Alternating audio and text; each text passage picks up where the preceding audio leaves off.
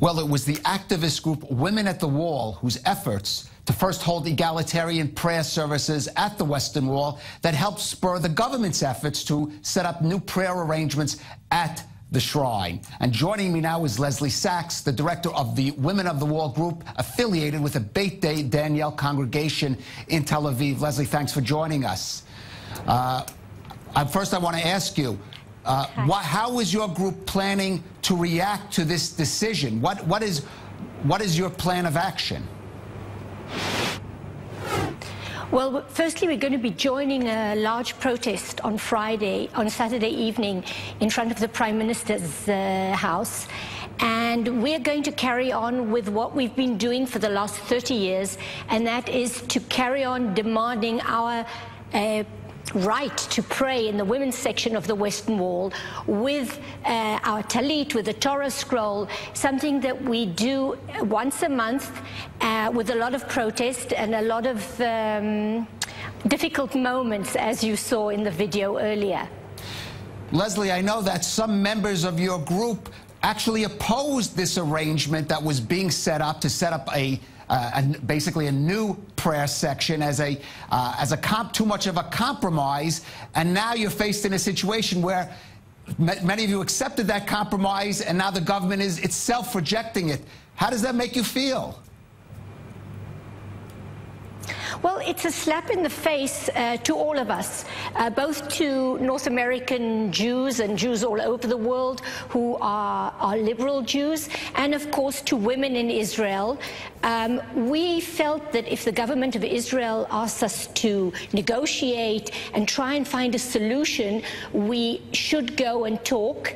And there were some tough compromises that we did make. Now there's some talk about us having to make more and more compromises, and this new area continuing to look like the back of the bus as it is today, something that of course we cannot accept. So we will continue to pray in the women's section and demand that right, either that or they must give us an alternative place at the Western Wall, which is really a good compromise for everybody.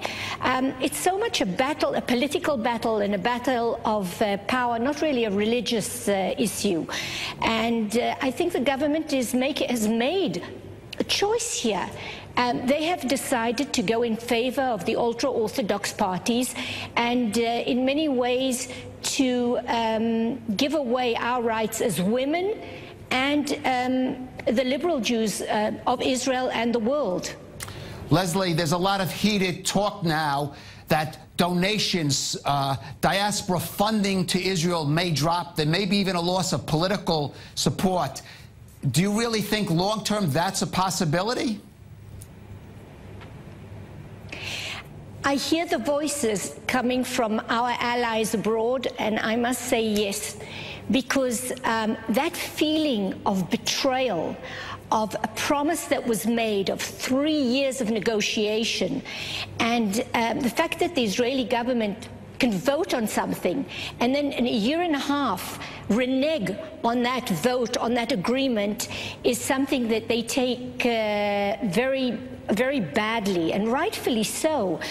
You can't, you know, it's a marriage between Israel and North American Jews, and there's this feeling that only one side loves and only one side gives, and the other side treats them as second-rate citizens in so many ways. So I do think that these are not empty threats. This feeling of betrayal is so strong. Lesley, do you think there's a danger, though, that this mood and this decision could influence reform and conservative movements to basically give up on Israel instead of giving the support, for example, congregations and groups such as yours needs from abroad? Well, I hope that it won't happen. I hope that the Israeli government will realize the fact that strong feeling of betrayal and the fact that this is a real threat and not an empty one, and that a solution will be found.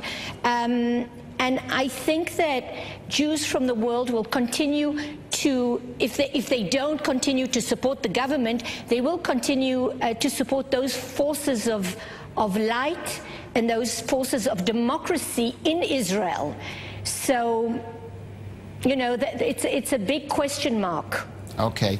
Lesley Sachs of Women at the Wall, I'm sure you have some interesting days ahead of you there at the Western Wall, so take care. Yes.